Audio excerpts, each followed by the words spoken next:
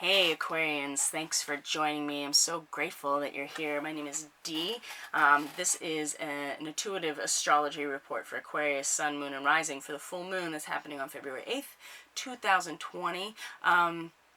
This is more of an intuitive read for each of the 12 signs. It's going to go over very briefly the astrology that I put out in the actual full moon astrology report from CatalystEnergies. This is more of an intuitive read using tarot cards and oracle cards as well to give some extra guidance to each of the signs as the full moon moves through different portions of all of our lives. So just real quick for Aquarians, you know, the full moon is happening in your 1st and 7th house with the sun in the 1st house, the moon in the 7th house of partnerships and contracts. So, you know, really highlighting the polarity between you as a person and the you that shows up in relationship. And since fire is a pretty big theme with this full moon, I think, with Venus moving into Aries and the moon moving into Leo, and some connections to Chiron, especially in the 3rd house for Aquarians, you know, communication is a big piece, and communicating the you know, where we feel wounded, what would, and doing something about it, you know, being willing to actually put that into some sort of, you know, and to feel good about it, really, you know, feel good about expressing it, feel good about taking action with it when it comes to our communication. So there's a lot of potential, you know, there's a lot of creative potential here, and it has, for Aquarians, has to do with who you are versus who you are with other people, you know, being able to open your heart and actually fully express yourself within the context of your relationships, because Aquarians can tend to be pretty aloof and detached, excuse me, because there is this this very keen knowing of, you know, the collectivized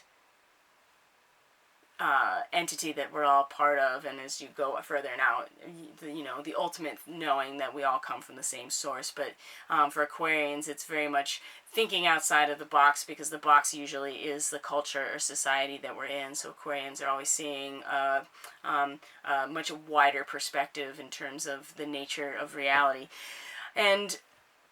But when you come to relationship as an Aquarian, your full expression really comes from being fully expressive and keeping your heart open. And this is, you know, with the moon coming into Leo, there's definitely a drive for all of us to start expressing how we feel and to share that as part of who we are, because you know, Leo is who we are. Like, the sun is what rules Leo. It's the center of our being, really.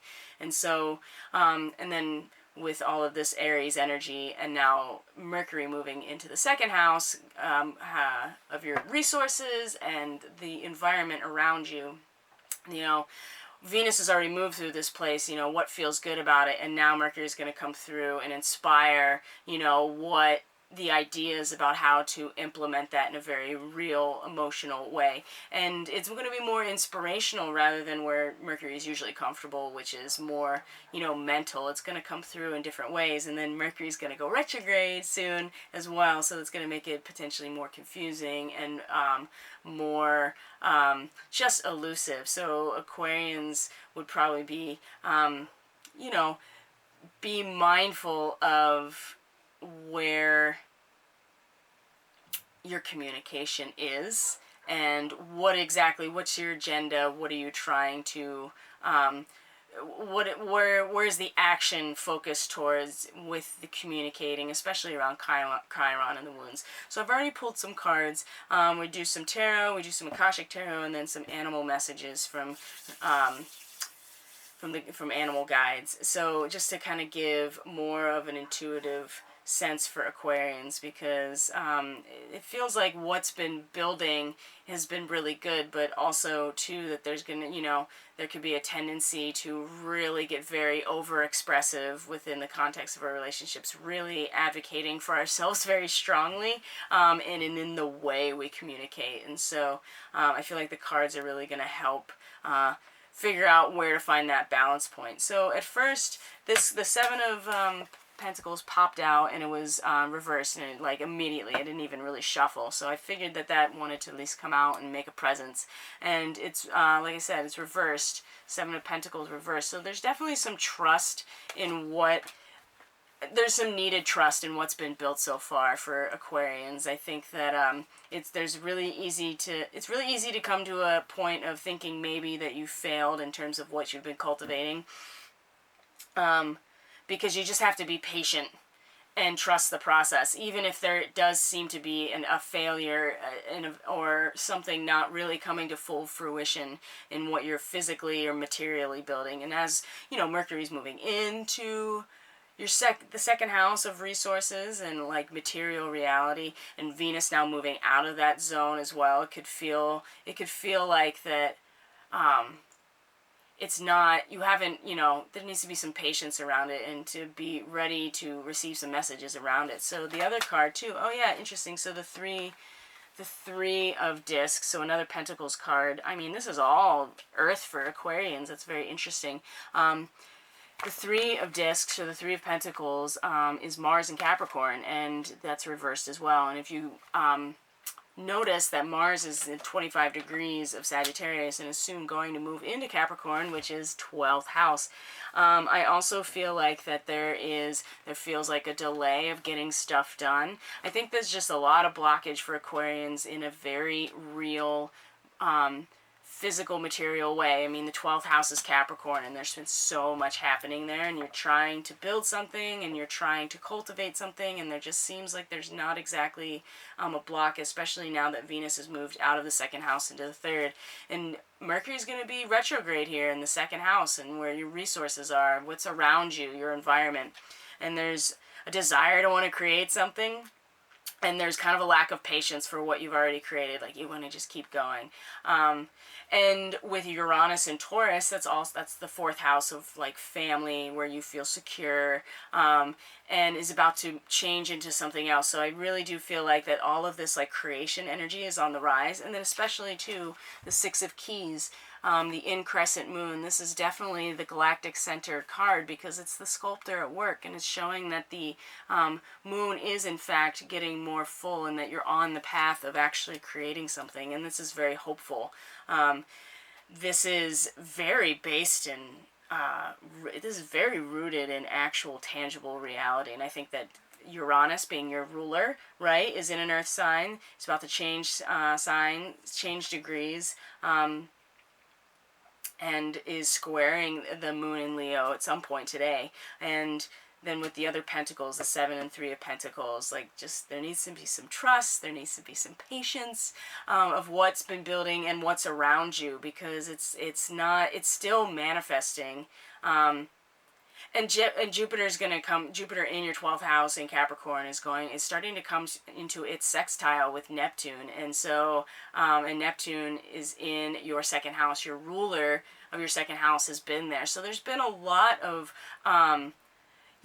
power in what you do have around you. And with Pisces, it's about collectivizing. It's about actually merging everything together into the whole, and